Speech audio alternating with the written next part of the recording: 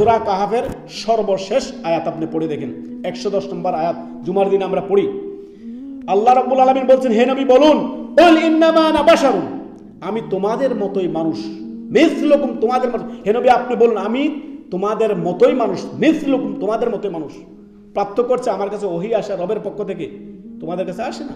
আমি নবী, আমি রাসূল, আল্লাহর পক্ষ থেকে প্রেরিত। মর্যাদার দিক থেকে এই সমস্ত সৃষ্টির শ্রেষ্ঠ হচ্ছে মুহাম্মদ সাল্লাল্লাহু আলাইহি সাল্লাম, এতে কোনো সন্দেহ নেই। তবে যখন নূর বানিয়ে দিবেন, এখন আপনি পৃথক করে দিন, নূরের তৈরি ফেরেশতা। মানব সন্তান, আদম সন্তান মাটি থেকে তৈরি হয়েছে, সুবহানাল্লাহ, আগুন থেকে তৈরি জিন জাতি। আসুন, আমাদের সমাজে যে ছড়িয়ে ছিটিয়ে থাকা হায়াতুন নবীর আকীদা স্পষ্ট জেনে নিন। যারা বলছে হায়াতুন নবী, বিভ্রান্ত আকীদা এটি। স্পষ্ট কোরআন সাক্ষী। আল্লাহ রাব্বুল আলামিন বলছেন নবী সাল্লাল্লাহু আলাইহি সাল্লামকে, সূরা জুমারের আয়াত নম্বর 30, আল্লাহ রাব্বুল আলামিন বলেন, ইন্নাকা মাইয়াত ওয়া ইন্নাহুম মাইয়াতুন, নিশ্চয় আপনি মরণশীল এবং তারাও মরণশীল। প্রত্যেক প্রাণ, যার মধ্যে আল্লাহ প্রাণ দিয়েছেন, সে অবশ্যই মৃত্যুবরণ করবে।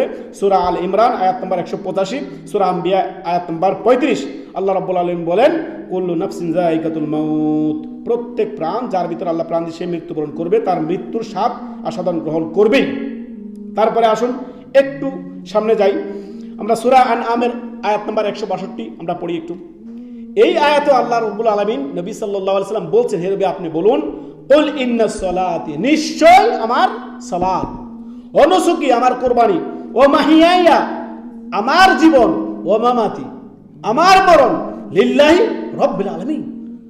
হে নবী সাল্লাল্লাহু আলাইহি সাল্লাম, হে নবী আপনি বলুন, কুল ইন্নাস সালাতি, নিশ্চয় আমার সালাত, ও নুসুকি, আমার কুরবানি, ও মাহিয়ায়া, আমার জীবন, ও মামাতি, আমার মরণ। এখানে মরণের কথা বলা হচ্ছে, সুবহানাল্লাহ। তো যারা বলছেন যে আপনার নবী সাল্লাল্লাহু আলাইহি সাল্লাম হায়াতুন নবী, হায়াতুন নবী, হায়াতুন নবী, এই হায়াতুন নবী নিয়ে আবার বাহাস করে, হায়াত কিসের বাহাস রে ভাই? যেই কথা কোরআন হাদিস বিরোধী, এটা নিয়ে আবার বাহাস করতে তুমি কোরআনের সাথে মিলিয়ে দেখো, বাহাসের দরকার আছে? কোনো বাহাসের দরকার নেই।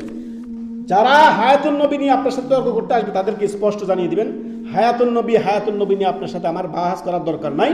আল্লাহ রাব্বুল আলামিন রাসূলুল্লাহ সাল্লাল্লাহু আলাইহি সাল্লামকে বলেছেন, ইন্নাকা মাইয়াত ওয়া ইন্নাহুম মাইয়াতুন, নিশ্চয় আপনি মরণশীল এবং তারাও মৃত্যুবরণ করবে।